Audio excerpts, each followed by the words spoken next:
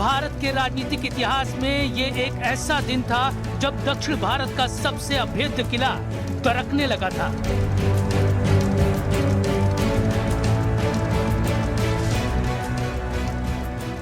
साल पुराना Dravidian model टूटा। विजय थलापति ने पूरा सिस्टम हिला दिया।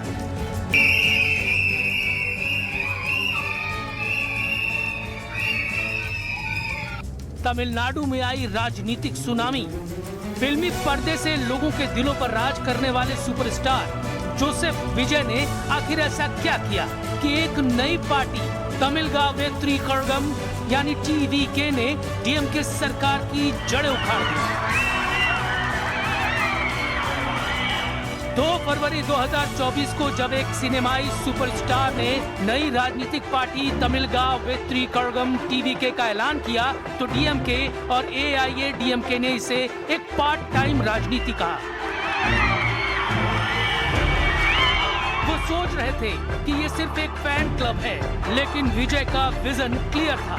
उन्होंने सिर्फ निर्णायक वोटरों को साथ जोड़ने का लक्ष्य रखा।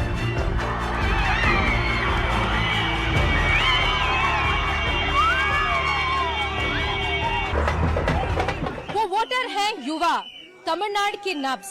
वो वोटर हैं जो बदलाव चाह रहे थे। वो वोटर हैं जो केंद्र और राज्य के बीच में पिसना नहीं चाह रहे थे। वो वोटर हैं जो नौकरी चाहते थे और आसान की जिंदगी।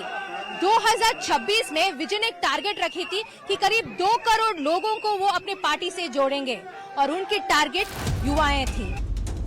इस चुनाव में तमिलनाडु के कुल वोटरों में लगभग 40% वोटर 39 साल से कम उम्र के थे और करीब 17% वोटर 20 से 29 साल के ब्रैकेट में थे।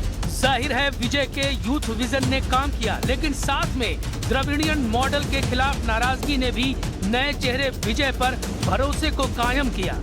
ये वो पीढ़ी है जिसने अन्नादुराई, करुणानिधि या जयललिता का दौर नहीं देखा। विजय ने कोई जातिगत कार्ड नहीं खेला। अपने चुनावी वादों में उन्होंने यूथ से जुड़ा विजन पेश किया। उन्हें पता था अगर यूथ को साध लिया तो यूथ का परिवार भी साधा जा सकता है और जो कुल वोटरों में 40% यूथ वोटर हैं, उन्हें 60% से ऊपर ले जाया जा सकता है। विजय अपनी रैलियों में लोगों से, ज्यादातर युवाओं से वो अपील की थी कि वो अपने माता पिता के पास जाएं और उनको जिद करें कि वो टीवीके के सिंबल पे, उनके चिन्ह पे बटन दबाएं। ये एक मास्टर स्ट्रोक था क्योंकि विजय ने नब्ज पकड़ी थी। उनको पता था कि आजकल जो डिसीजंस होते हैं घर पे, वो न सिर्फ घर की मुखिया करते हैं बल्कि लोग अपने नए जनरेशन या जो नई पीढ़ी है उनकी बात भी सुनने लगे हैं और ये एक मास्टर स्ट्रोक था। திமுக ஒரு தீய சக்தி, திமுக ஒரு தீய சக்தி, திமுக ஒரு தீய சக்தி, திமுக ஒரு தீய சக்தி, தீய சக்தி, தீய சக்தி, தீய சக்தி. She is not only his mother, she is the first fan of Vijay, first fan. विजय ने युवाओं के लिए इंटर्नशिप, स्टाइपेंड, नए स्टार्टअप लोन और तमिलनाडु को $1.5 ट्रिलियन की इकोनॉमी बनाने का आधुनिक विजन रखा, जिसने पूरे राजनीतिक नैरेटिव को बदल कर रख दिया।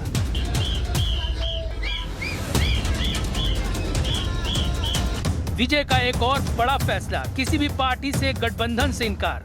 मतलब विचारधारा का घालमेल नहीं, सब बिल्कुल साफ सुथरा। विजय ने सभी 234 सीटों पर कैंडिडेट उतारे। तमिलनाडु की राजनीति में बिना गठबंधन के चुनाव लड़ना राजनीतिक आत्महत्या माना जाता है। अहम बात यह है कि वो भी एक नए पार्टी के लिए। अगर देखा जाए तो 2021 में एनटीके तो वो लड़े, 6-7% उनकी वोट शेयर आई, पर उनकी वोट्स इतने बिखरे हुए थे कि वो एक भी सीट नहीं जीत पाए। विरोधी पार्टियों को लगा कि विजय भी सिर्फ एक वोटर कटर बनकर रह जाएंगे, लेकिन विजय का प्लान कुछ और था। उन्होंने सीधे तौर पर डीएमके के वोट बैंक पर सर्जिकल स्ट्राइक की। विजय ने 60 साल से कम उम्र की महिलाओं के लिए 2500 रुपए की मासिक मदद, गरीब लड़कियों की शादी के लिए 8 ग्राम सोना और सबसे अहम, सरकारी स्कूलों में बच्चों की पढ़ाई बीच में न छूटे, इसके लिए माताओं को सालाना 15,000 रुपए देने का वादा किया।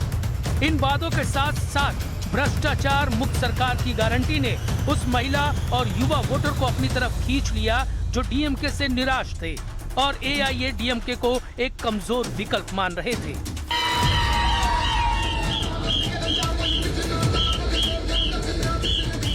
तमिलनाडु में 85.10 का ऐतिहासिक मतदान हुआ। ये 1952 के बाद अब तक का सबसे बड़ा टर्नआउट था।